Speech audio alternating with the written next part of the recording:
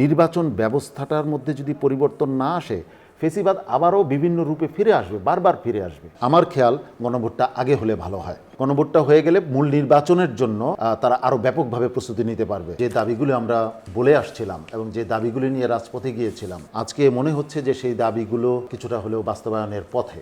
এবং ধন্যবাদ জানাচ্ছি রাজনৈতিক দল বিএনপিকে, যারা আমাদের এই দাবিগুলোকে প্রথমে অগ্রাহ্য করলেও শেষে এসে জনতার এবং আমাদের এই দাবিগুলোকে অনুধাবন করতে পেরে, এটাই আমরা চেয়েছিলাম এবং এটাই মানুষ চায়, যে যেটা যৌক্তিক, যেটা গ্রহণযোগ্য সেটাকে আমরা মেনে নেব। আমরা শুধু নিজেদের জয় পরাজয় বিবেচনা করে। আমি গণভোটের ব্যাপারে আপনি যেটা বলেছেন, আবার পূর্ববর্তী আলোচক যে কথাটা বলেছেন যে এই সরকারের আসলে এত ক্যাপাসিটি আছে কিনা, আমাদেরও তো সন্দেহটা ওই জায়গায় যে ক্যাপাসিটি আছে কিনা। যেহেতু ক্যাপাসিটি আছে কিনা এটা যাচাই করা প্রয়োজন, এই জন্য আমি ব্যক্তিগতভাবে মনে করি যে নির্বাচনটা আগে হলে ভালো হয়। সরকারের দুর্বলতাগুলো আমাদের সামনে পরিষ্কার হয়ে যাবে। আমরা অনেক কিছু বুঝতে পারবো যে মূল নির্বাচনে সরকারের কোন কোন জায়গায় ঘাটতি আছে, সেই ঘাটতির জায়গাগুলো আমরা সকলে মিলে পূরণ করতে পারবো। অতএব আমার খেয়াল গণভোটটা আগে হলে ভালো হয়। একটা নির্বাচন অ্যারেঞ্জ করতে গিয়ে আমাদের অনেক কিছু অপ্রস্তুত অবস্থায় আছে। বিশেষ করে আমরা সবাই জানি যে প্রশাসনের বিষয়, তারপরে পুলিশ প্রশাসন বিশেষ করে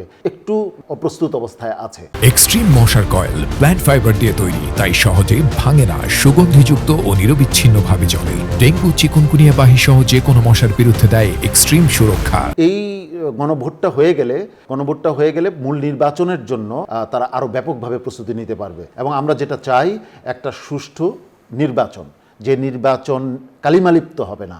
এখন কেউ নির্বাচন ঢেকে রাখতে পারবে না, নির্বাচনে কারচুপি করে কেউ পার পেয়ে যাবে, এটা ভাবাটা ভুল। অতএব ওই আশাও নিশ্চয়ই কেউ করছে না, দুরাশাও নিশ্চয়ই কেউ করছে না। অতএব আমরা চাই নির্বাচনটা ভালো হোক। দুইটা একত্রে হলে এখানে অনেকগুলি জটিলতা দেখা দিতে পারে। এখানে গণভোটের জন্য আলাদা একটা ব্যালট করতে হবে, তারপর প্রার্থী নির্বাচনের জন্য আলাদা ব্যালট করতে হবে। আমাদের দেশের বেশিরভাগ মানুষ কিভাবে করবে এবং আমাদের মূল নির্বাচন কোন প্রক্রিয়ায় হবে, এটাও তো এখনো পর্যন্ত নিশ্চিত না। অতএব আমরা তো এখনো সেই দাবিতে আছি এবং আশা করছি বিএনপি অন্যান্য দাবির মতো এটাকেও শেষ পর্যন্ত অনুধাবন করতে পারবে। আসলে অনেক বেশি এক্সপেরিমেন্ট করা বিপজ্জনক। আমাদের প্রায়োরিটি তো আগে নিশ্চিত করতে হবে যে কোনটা আমাদের কাছে সর্বোচ্চ গুরুত্বপূর্ণ।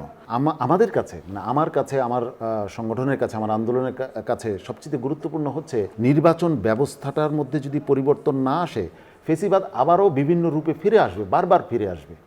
এখন আমরা যে কথাটি বলতে চেয়েছি, এই দেশের সংখ্যাগরিষ্ঠ মানুষের ভোট অবমূল্যায়িত হয়। সংখ্যাগরিষ্ঠ, আপনি প্রত্যেকটা নির্বাচনের পিআরের মাধ্যমে যেন সেটা না হয় যেন, এবং কেউ ক্ষমতায় গিয়ে সকল ক্ষমতার মালিক বনে না যায়, একটা ভারসাম্য থাকে।